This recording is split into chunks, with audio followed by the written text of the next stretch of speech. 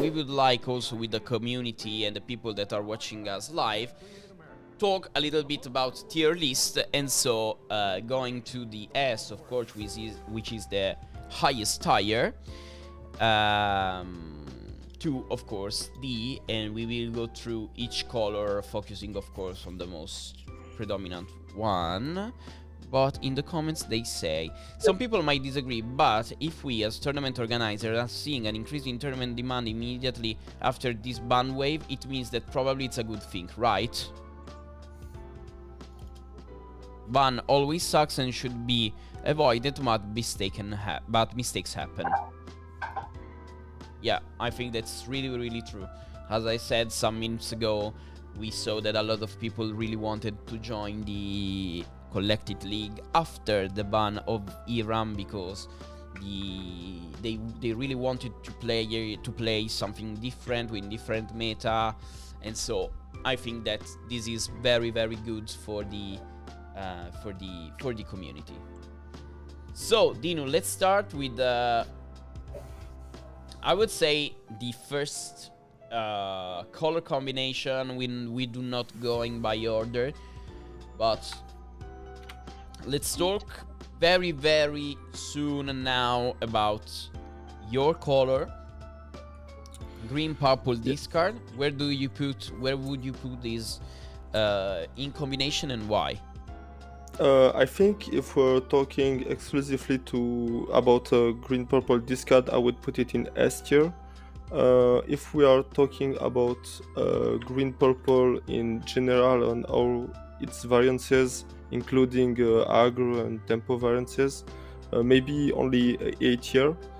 I would put the discard in S tier because it's extremely good against aggro decks because of all the amethyst package in it, the crab, the fox, also the creaky that helps getting a more challenge power. That's extremely good against everything that's aggro. You can easily wipe their board efficiently. And with the two best control and like drawing and late game decks being out of the picture, I think that green purple discard is now at the top of the meta, or at least contending with maybe two other decks at a top 3 tier 1 decks. So you don't think that I think that a lot of steel would be around yet. Don't you Indeed. think that this would be a problem for discard green purple? Um, Actually not. I mean, if the steel decks are playing mainly songs, there's no problem with that because we have Ursula turn 2 that discards songs, take care of that. You can always delay your shift, uh, waiting for your Ursula to come, check their hands. If you can take the songs away, you can shift them. But sometimes you can completely avoid the shift line and Yep. focus on more board uh, controlling strategies. If you go Diablo, the purple Diablo turn 1 into the Diablo 2 bicolor, into Crab, into Genie, into Elsa, you're putting a lot of challenge pressure, and you can easily pick what you want to challenge with Elsa and do the best trades. So that line completely avoids Diablo, and that's fine like that. Sometimes even it's interesting to mulligan away the Diablo if you know that your opponent has too many songs, or maybe is playing Fire the Cannon, something like that.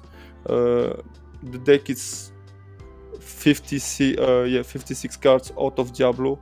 That works pretty well together. So Diablo, it's just I think a cheap, actually free way to draw cards when you have it, but when you don't have it, you can still play a fair game without. Ok. Quindi, breve riassunto per gli amici italiani a casa, cioè la maggior parte suppongo, Dinu sostiene che sostanzialmente Green Purple possa essere, in base alla versione che consideriamo, o S tier, quindi tier 0, se lo consideriamo nella sua versione discard, o comunque tierà nelle altre sue versioni anche magari un pochettino più aggro. Tra l'altro sostiene che non necessariamente la predominanza del grigio o comunque la concomitanza ancora bella prepotente del grigio possa essere un problema all'interno per questo meta, anche perché è vero che Diablo è uno dei motori di pesca di questo mazzo, però non è così, cioè è chiave, ma non è che senza Diablo non gira niente, e ha soprattutto delle linee in curva molto interessanti per andare a mettere un sacco di pressione sia a livello di lore che a livello proprio di body e di presenza. Ovviamente successivamente approfondiremo anche questa parte qui, andremo a vedere le liste e le andremo ad approfondire. So, still talking about the kinda discard archetypes. What do you think about the also here we have to put two maybe Yeah, for the aggro. yeah, for the Chernadog list kinda, from the lemon lime version. Yeah, I think the lemon lime is pretty strong. I think it was maybe higher as it was a counter of red blue at some point. Okay. Because it's discarding better than classic. I mean, other discard decks. They have access to the four drop action that make them discard 2. Yep, you've forgotten me. I forgot the name. Yeah, I actually forgot the name. It's your fault. Yeah. Yeah, they have access to going Prince John into You Forgotten Me, into sometimes Lucifer. So it really forces them to discard twice, then discard twice. It's super. It's more heavy in discard. They're making more card value.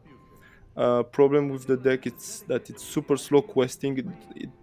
It sometimes you can be on turn 10 and be only on 2 lore because everything you have only sings, or if it's Prince John or the muses, they are staying safe, so you always never quest. The deck also playing Kida and the Under the Sea combo can deal with aggro decks, and I have actually a fair matchup against the discard also because they can Under the Sea everything, and as they're also playing Diablo Prince John, they can keep up with you playing your own discard Prince John. The muses are very good because they are also checking maybe Genie, Elsa, they're checking Diablo, they're checking everything that it's in Charnadog actually, because it's super low strength and they can bounce a bunch of cards. So I would think the discard and the Charnadog version would put them in A tier, I think. Both of them. Okay, so let's keep it here. And what about the classical discard with the steel? I think the classical discard with the steel might actually go to S tier, since it's also very good against aggro decks. I think the main meta will be either aggro decks or kinda tempo decks, because the more control each decks are out of the picture because of Hiram. And it's very good to have Ursula Deceiver of All singing Straight of Raging Fire, taking down two traits. That's a powerful board control tool they have. Of course, there is the morph that can be you can have the Tinkerbell shifted on and take the board like that also. And also, yeah, it's a good way to counter green purple discard, because they have ways to kill your Diablo. You don't have much to kill theirs. You have like Genie, Elsa, but it takes time to set up. Okay, makes completely sense. And what about, so let's talk now about red blue, that was to be one of the highest tier of these rank. Where would you put it right now? I think I would maybe B or C, I don't know. It's so dependent on Hiram that it's really hard to tell if they're gonna keep do something. I still need to mention the Dinkan fans version of the deck because it didn't rely so much on Hiram. Okay. He played 3 in Melbourne, I think, but he said on Twitter that the original version of the deck only played 2 Hiram. Mainly the deck, the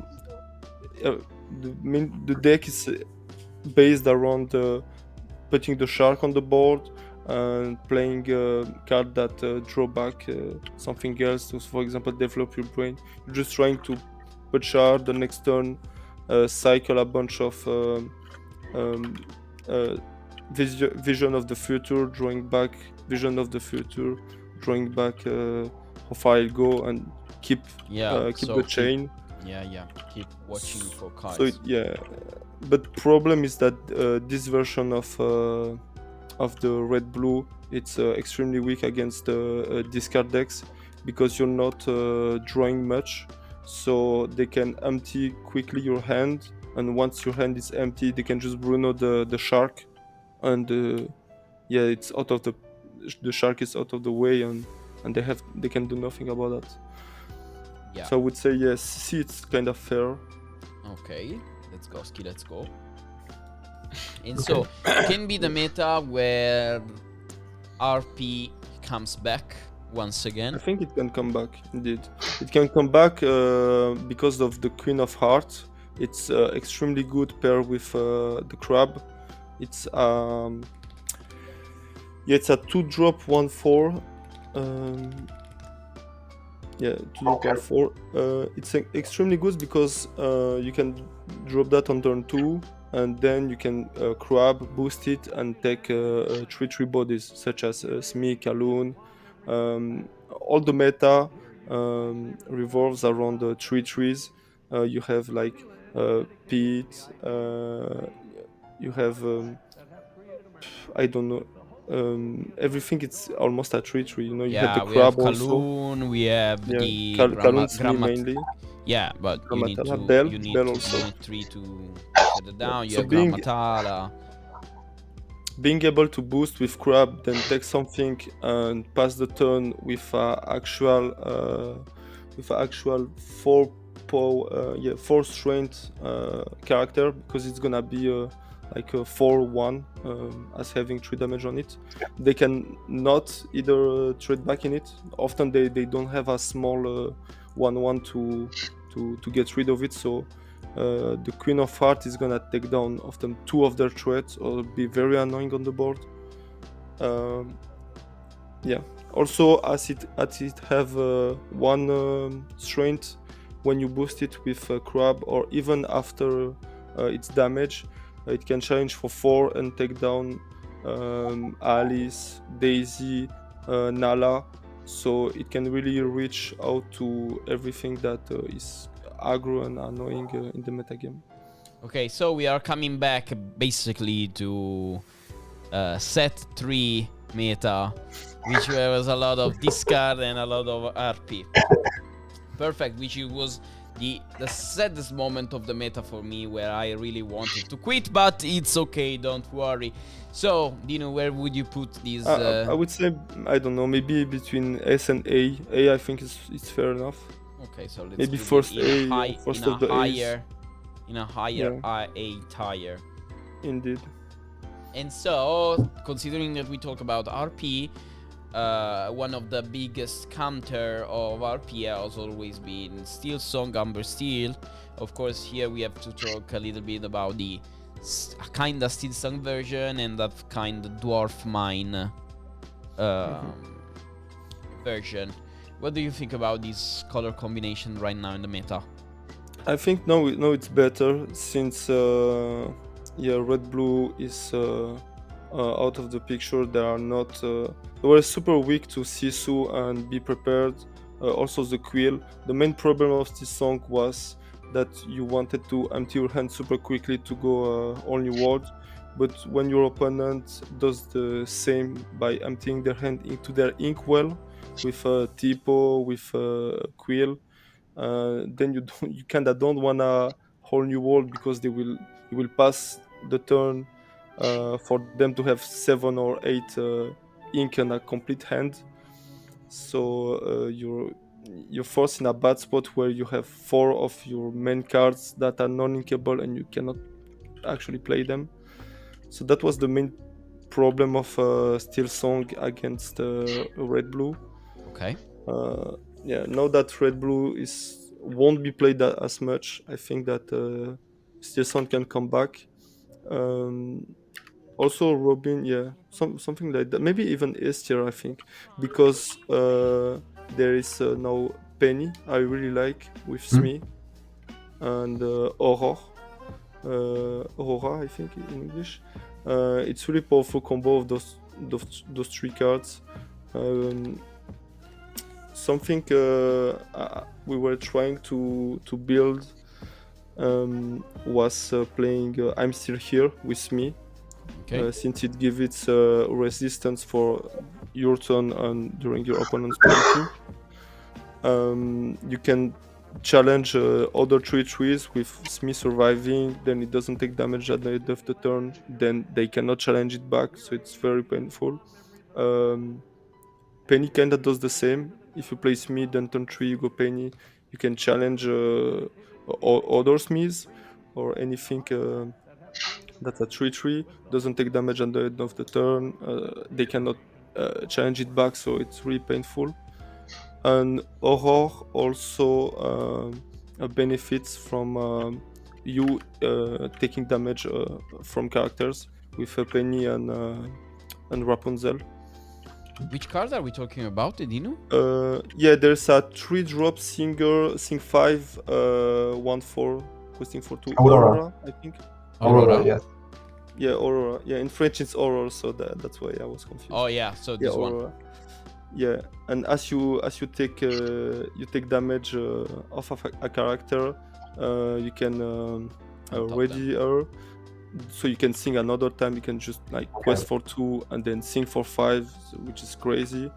And having only Rapunzel as a healing effect was was not that great for consistency. But know that if you're playing 4 Rapunzel, 4 Penny, and only 2 Aurora, you can be fairly sure you will benefit from Aurora effect. So Esther is a very good spot. Sorry guys, I have to go just one really quick. I come back. Giorgio, if you want to read the question, we have one question, and I will come back. Yeah, we have a question from the chat. They asking you, what do you think the multiple archetypes discard purple is the best also against steel? Yeah, I got that question a lot in DMs actually, in comments on Twitter. People being surprised that I said that green purple discard is good against Team Song, because people often think that the main trait is Diablo. If you can kill Diablo, then you're fine. Problem is that we have the Ursula that takes songs, and also we don't rely on Diablo. As I said, you can go on other lines. You can go the purple Diablo turn 1, which if they kill, you draw back a card. So there's no interest for them to kill that. And then they are left with the fear of questing, since you can just grab, boost that Diablo, and make a really advantageous trade. Then you can just go for Genie. You can go for Elsa to take down often Cinderellas if you're afraid of them shifting Cinderellas. So they will also keep often some songs to try to stay prepared for the Diablo to always have an answer. But if you're not shifting them, and if you are playing a game where you're more patient than them, there's no problem. Even if they go the aggro route and they go they go for maybe Daisy into Smee into Lawrence. There we land. There's no much problem. You can deal with the Daisy with Fox. You can deal with Smee with Crab. You can deal with Lawrence with Fox also. And sometimes you can just be patient, develop a board, let them quest with everything, and just cricky and wipe at that tight point. There's no problem of them getting at maybe 14 or 15 lore if you can wipe the complete board at some point, by just playing cricky and dealing with everything. That's true. I have to say to you that I've been still some players since almost set 1. So seeing you putting still something in S tier is making me very, very, very happy. So of course I'm craving for the Hiram ban, but I'm very happy to possibly come back to play that still soon.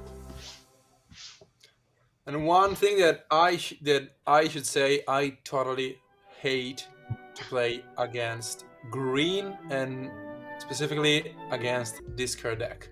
So I am not that happy looking at this future month, especially looking forward to Sechamp, and I'm thinking like I am probably going to face a lot of this card, and that's not something that makes me that happy. So what thing is the best deck to actually try to counter those discard deck? Yeah. I mean, it was Iron, but it's not there anymore. Yeah. What can I say? I think we have maybe a hard time dealing with Robin Hood, the shift one, because it's extremely big. It takes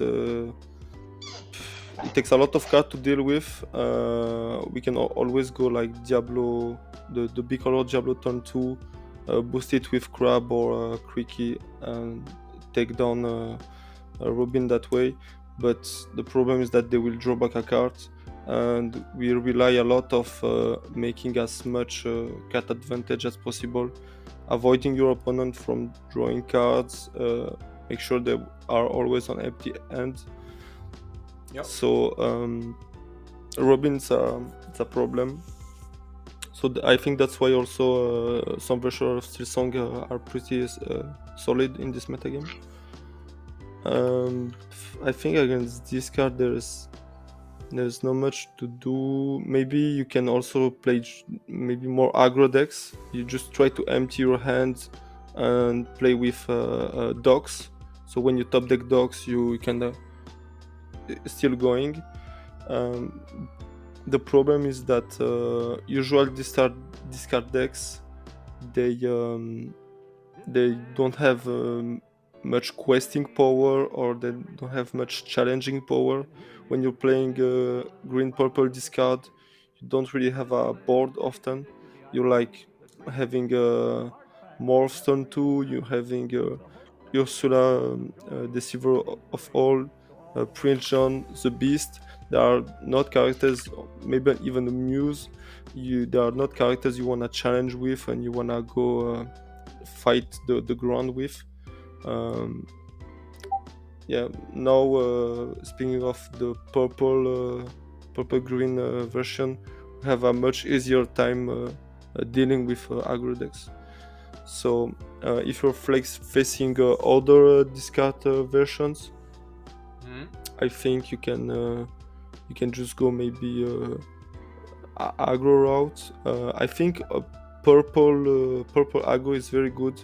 If you are playing the Genie Elsa game, it can really be good against those discards, because Genie Elsa take care really well of Diablo, and also there's nothing better to deal with Genie Elsa than Genie Elsa.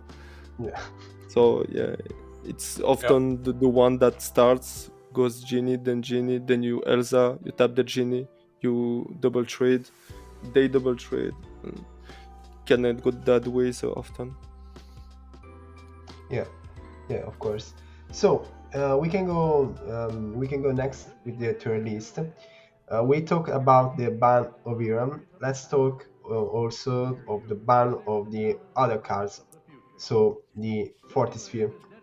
Where would you put the blue steel in every kind of combination of these two colors?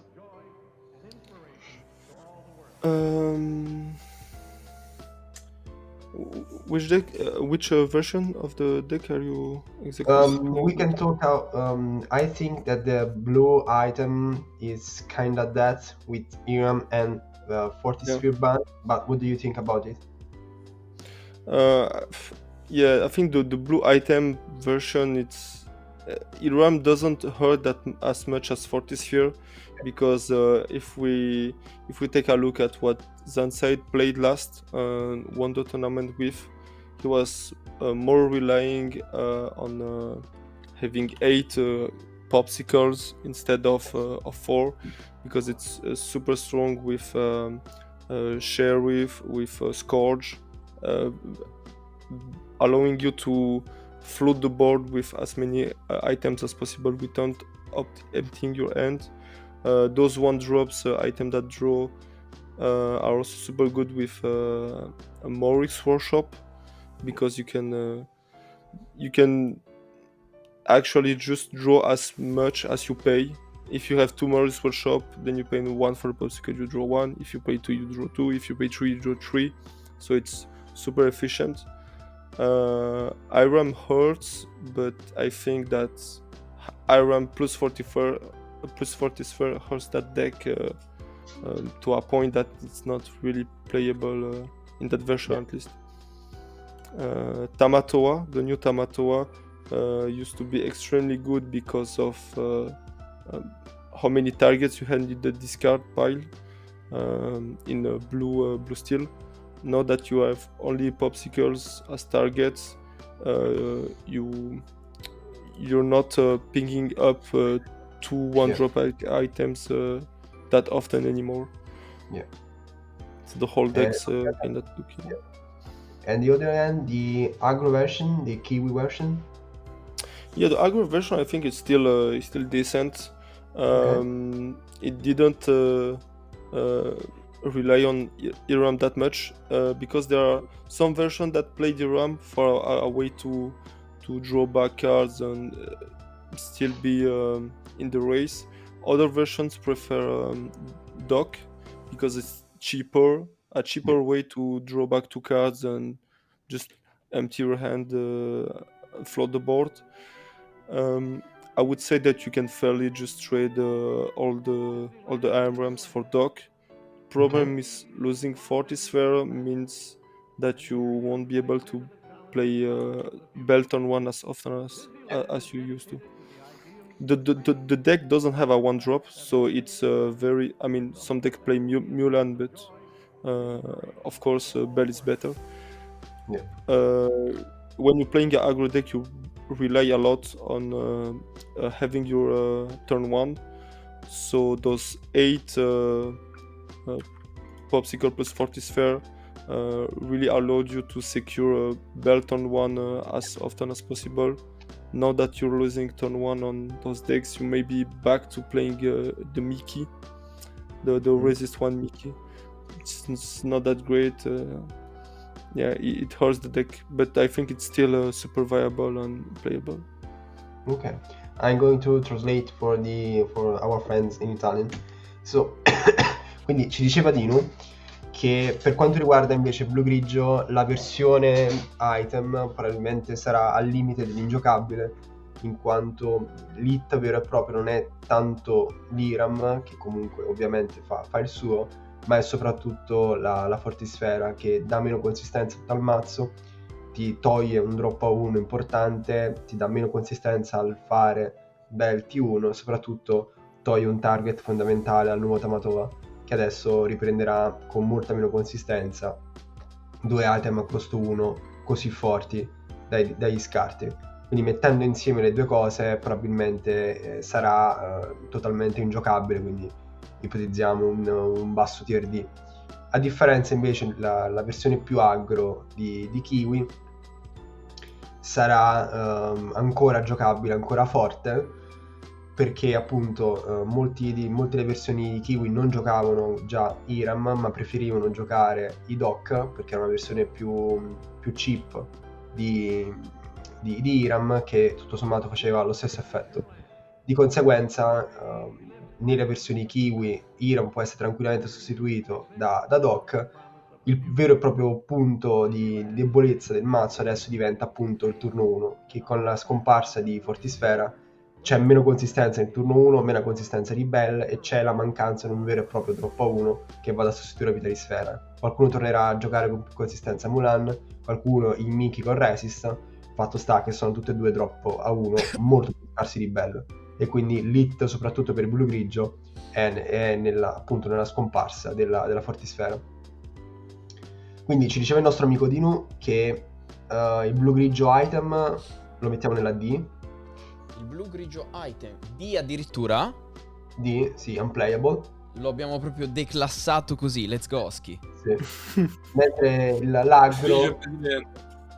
where will you put the aggro version of the Kiwi? The aggro version, maybe D, I think. Even in set 6, it was not a top contender, but definitely a solid rock deck. So I think C, I think is pretty fair for the aggro version. I think Okay, it's back somewhere at the spot it was in set 6. Okay. And the item version in the D, right? Yeah, item version, I think it's out of the picture now, sadly. Okay. There's Okay. not much. Arrivo. Sì. Another deck that took some popularity in the last few months was the Blarple, the Yeah. Sapphire Amethyst. What do you think after the Hiram ban? Where could it be positioned in this meta? I think it's pretty solid. Actually, one of my teammates, Willie, is playing Blurple. I mean, he's very known for Blurple for a couple of sets. He did top 4 of the Lorca quest in France with it. So pretty solid Blurple player. And he said that the deck is extremely great now. I think it can compete fairly with discard, because it's a deck that has so much draw with the boons and rabbit package that it can overdraw what discard can discard them, and they are not really hurt by those bans. Some decks are playing Pop Cycle into Bell and Shift Bell actually, because it's extremely good in the shell. So yeah, it's not affected by either Hiram or Fortisfera ban. And Bloper maybe had a hard time against Red Blue because of Sisu, because of mainly board wipes. So I think now it's a solid A. It's a solid A, I would say. I would put the other Steel Song aggro deck in a B tier actually. Yeah. Okay. So you ranked both Red Blue and Blue Steel at the same level. I meant the Blue Steel to go a little bit higher. The aggro version at least, yeah. Okay, so Okay, aggro, let's put it in B. Yeah, I think it's still solid. Okay. So the dwarfs version of the Steel Song, A tier. Yeah. The dwarf version is actually good. As you say, dwarf, I think happy is maybe a good way to replace the Fortisfera, to have a 1-drop, to have something that can deal with Diablo. Okay. So definitely, yeah. So let's put Steel Song aggro in A. Yeah, I don't really. I think if you're playing with the dwarfs, yeah, maybe something like that too. But yeah, the dwarfs, it's I don't know. I've never been a big fan of the deck. Maybe now, maybe now with Penny, it's gonna be better. Okay.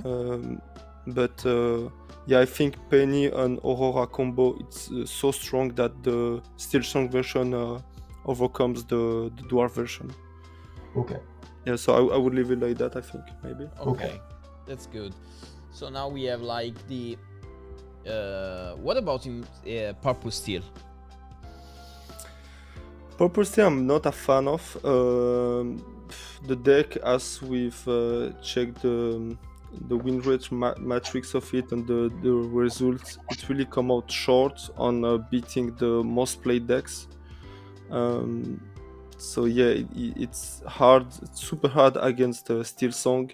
I think mainly because your genie can be taken down by Zeus, and your Cobra, it's often taken down by Let the Storm Region. So it's very hard to set up and to develop a board.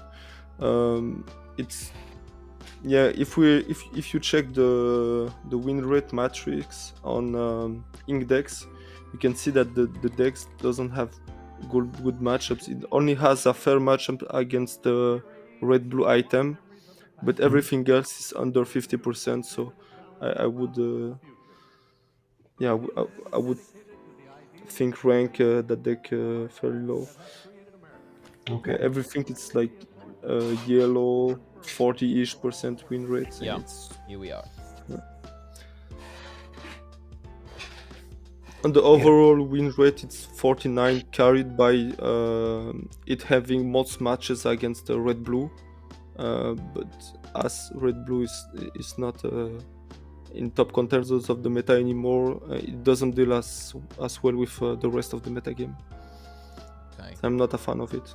So we probably put it in the C tier. C, yeah, I think C is fine. Yeah. Yeah. Okay.